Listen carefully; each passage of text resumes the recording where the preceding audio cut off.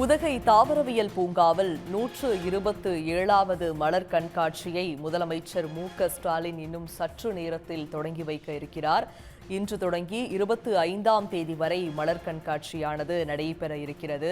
கண்களுக்கு விருந்தளிக்கும் பிரம்மாண்ட மலர் கண்காட்சியை சுற்றுலா பயணிகள் ஆர்வமுடன் காண காத்திருக்கிறார்கள். இன்னும் சற்று நேரத்தில் முதலமைச்சர் மு.க.ஸ்டாலின் 127வது மலர் கண்காட்சியை தொடங்கி வைக்க இருக்கிறார்.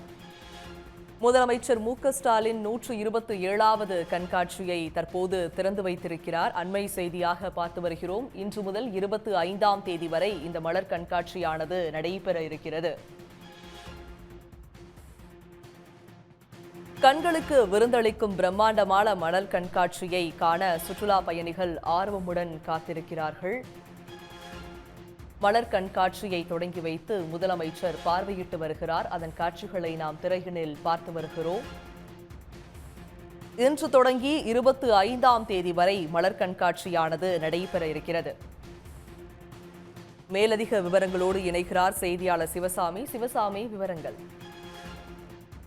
மலைகளின் அரசு என்று அழைக்கப்படும் உதகைக்கு ஒவ்வொரு ஆண்டும் மலர் மகுடம் சூட்டும் வகையில்தான் இது போன்ற மலர் கண்காட்சியானது நடத்தப்பட்டு வருகிறது.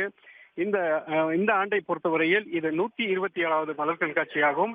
இன்றைய தினம் அந்த 127வது மலர் கண்காட்சியை தாவரவியல் பூங்காவில் தமிழக முதலமைச்சர் மு.க.ஸ்டாலின் தொடங்கி வைத்து தற்போது பார்வையிட்டு வருகிறார்.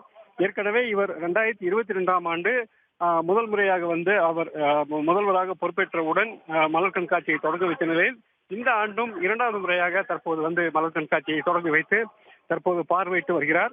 முதலாவதாக அவர் இந்த மலர் கண்காட்சியை தொடங்கி வைக்க வேண்டும் என்பதற்காகவே முகப்பு பகுதியில் அமைக்கப்பட்டிருந்த 1,30,000 மலர்களை கொண்டு தத்ரூபமாக அமைக்கப்பட்டிருந்த அரண்மனை போன்ற நுழைவாயிலை ரிப்பன் வெட்டி திறந்து வைத்தார். அதனைத் தொடர்ந்து தற்போது அவர் 127வது மலர் கண்காட்சி என்பதை குறிப்பிடும் வகையில் அமைக்கப்பட்டிருக்கக்கூடிய 127 என்ற 20,000 மலர்களை கொண்டு தத்ரூபமாக வடிவமைக்கப்பட்டிருக்கக்கூடிய அந்த மலர் சிற்பங்களை தற்போது பார்த்து ரசித்து வருகிறார். இதனைத் தொடர்ந்து அருகில் இருக்கக்கூடிய 2 லட்சம் மலர்களை கொண்டு பல வண்ணங்களில் அமைக்கப்பட்டிருக்கக்கூடிய ராஜராஜ சோழன் காலத்தில் அரண்மனையின் வடிவத்தின் முகப்பு பகுதியை பார்வையிட செல்லவிருக்கிறார். அந்த அரண்மனையின் 2 புறங்களும் யானைகள் மற்றும் அரியணை போன்றவைகள் தத்ரூபமாக வடிவமைக்கப்பட்டு காட்சிக்கு வைக்கப்பட்டிருக்கிறது.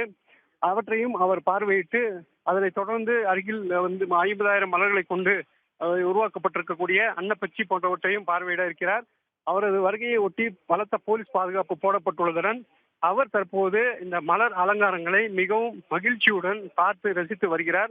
அந்த காட்சிகளைத்தான் நாம் தற்போது நேரலையில் பார்த்து கொண்டிருக்கிறோம். இந்த மொத்தத்தில் இந்த மலர் கண்காட்சியை பொறுத்தவரையில் 7.5 லட்சம் மலர்களை கொண்டு 24 மலர் சிற்பங்கள் காட்சிக்கு வைக்கப்பட்டிருக்கிறது. பூங்காவின் நுழைவாயில் பகுதி முதல் பல்வேறு பகுதிகள் வரை இந்த மலர் சிற்பங்கள் ஆங்காங்கே வைக்கப்பட்டிருக்கிறது. சிறப்பு அம்சமாக இங்க இருக்கக்கூடிய மலர் அலங்கார மேடைகளில் 40,000 மலர் தொட்டிகள் காட்சிக்கு வைக்கப்பட்டிருக்கிறது. மொத்தமாக 275 வகையான மலர்கள் இந்த மலர் கண்காட்சியில் பூங்கா முழுவதும் ஆங்காங்கே வைக்கப்பட்டிருக்கிறது. அவற்றைத்தான் தற்போது இந்த முதலமைச்சர் பார்வையிட்டு அவற்றை பார்த்து மிகவும் மகிழ்ச்சியுடன் பார்த்து ரசித்து வருகிறார். அந்த காட்சிகளை தான் நாம் தற்போது நேரடியில் பார்த்து கொண்டிருக்கிறோம். அவர் தற்போது அந்த அரண்மனையில் பயன்படுத்தக்கூடிய சிம்மாசனம் என்று சொல்லக்கூடிய ரோஜா மலர்களை கொண்டு அமைக்கப்பட்டிருக்கக்கூடிய அந்த சிற்பத்தை தான் அவர் பார்த்து ரசித்து அவற்றின் அருகே நின்று புகைப்படம் மற்றும் எடுத்து வருகிறார். அந்த காட்சிகளை நாம் தற்போது பார்த்து கொண்டிருக்கிறோம். இந்த மலர் கண்காட்சியை பொறுத்தவரையில் இன்று தொடங்கி 11 நாட்கள் நடைபெறுகிறது. அவருடன் தற்போது தோட்டக்கலைத்துறை அமைச்சர் எம்.ஆர்.கே. பன்னீர்செல்வம், அதே போல செய்தி மக்கள் தொடர்புத்துறை அமைச்சர் மு.பே. சாமிநாதன், நீலகிரி பாராளுமன்ற உறுப்பினர் ராசா உள்ளிட்டோர் இருக்கிறார்கள். தற்போதைய நிலையை பொறுத்தவரையில் இந்த அரண்மனை போன்ற வடிவத்தை முன்பு அவர் நின்று புகைப்படம் எடுத்து வருகிறார். அதைத் தொடர்ந்து இந்த அரண்மனைக்கு பின்புறம் அமைக்கப்பட்டிருக்கக்கூடிய அன்னப்பச்சியை பார்வையிட்டு அதன் பின்னர் அலங்கார மேடைகளில் வைக்கப்பட்டிருக்கக்கூடிய மலர் தொட்டிகளையும் அவர் தொடர்ந்து பார்வையிட இருக்கிறார்.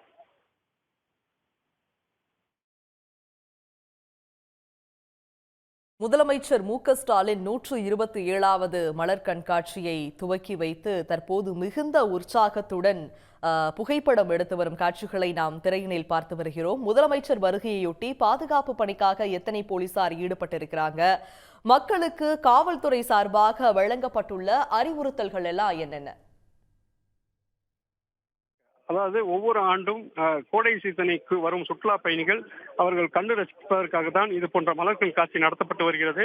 கோடை சீசன் காலம் என்பது ஏப்ரல் மே ஆகிய 2 மாத காலம் கோடை சீசன் காலமாகும். இந்த காலத்தில் மட்டும் 5 லட்சத்திற்கும் மேற்பட்ட சுற்றுலா பயணிகள் நீலகிரி மாவட்டத்திற்கு வருவார்கள். அவ்வாறு வரும் சுற்றுலா பயணிகள் கண்டு ரசிக்க வேண்டும் என்பதற்காகத்தான் மாவட்ட நிர்வாகம் மற்றும் தோட்டக்கலைத்துறை சார்பாக பல்வேறு கண்காட்சிகள் நடத்தப்பட்டு வருகிறது. இந்த ஆண்டு கண்காட்சி, அதாவது கோடை விழா என்பது கடந்த 3ஆம் தேதி காய்கறி கண்காட்சியுடன் தொடங்கியது. அதனைத் தொடர்ந்து ரோஜா கண்காட்சி, வாசனை திரவிய கண்காட்சி போன்றவைகளும் நடத்தப்பட்டு வந்தது.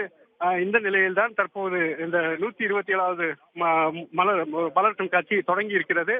இவற்றை காண இந்த 11 நாட்களில் மட்டும் 1.5 லட்சம் சுற்றுலா பயணிகளுக்கு மேல் வருவார்கள் என்பதனால் பலத்த போலீஸ் பாதுகாப்பு போடப்பட்டிருக்கிறது. குறிப்பாக மேற்கு மண்டல ஐஜி செந்தில்குமார், டிஐஜி சசிமோகன் மற்றும் நீலகிரி மாவட்ட காவல் கண்காணிப்பாளர் நிஷா ஆகியோர் தலைமையில் 500க்கும் மேற்பட்ட போலீசார் ஆங்காங்கே தொடர்ந்து பாதுகாப்பு பணியில் ஈடுபட்டு வருகிறார்கள். அது மட்டும் இல்லாமல் பல்வேறு பகுதியில் சிசிடிவி கேமராக்கள் பொருத்தப்பட்டு தொடர்ந்து கண்காணிக்கும் பணியும் நடைபெற்று வருகிறது. சுற்றுலா பயணிகளை பொறுத்தவரையில் சுற்றுலா பயணிகள் நீலகிரி மாவட்டத்திற்கு வரும் சுற்றுலா பயணிகள் தடை செய்யப்பட்ட பிளாஸ்டிக் பொருட்களை எடுத்து வர வேண்டாம் என்றும், அதே போல இ பாஸ் பெற்ற பின்னரே நீலகிரிக்கு வருமாறும் மாவட்ட நிர்வாகம் அறிவுறுத்தி இருக்கிறது. சுற்றுலா பயணிகளை பொறுத்தவரையில் தங்களுக்கு ஏதேனும் அத்தியாவசிய தேவை ஏற்பட்டால் அவற்றை தொடர்பு மாவட்ட நிர்வாகத்தையும் அவசர எண்ணையும் தொடர்பு கொள்வதற்காக அவசர கால எண்ணும் தற்போது மாவட்ட நிர்வாகம் வழங்கியிருக்கிறது. உடனுக்குடன் செய்திகளை தெரிந்து கொள்ள சன் நியூஸ் பெல் ஐகானை கிளிக் பண்ணுங்க.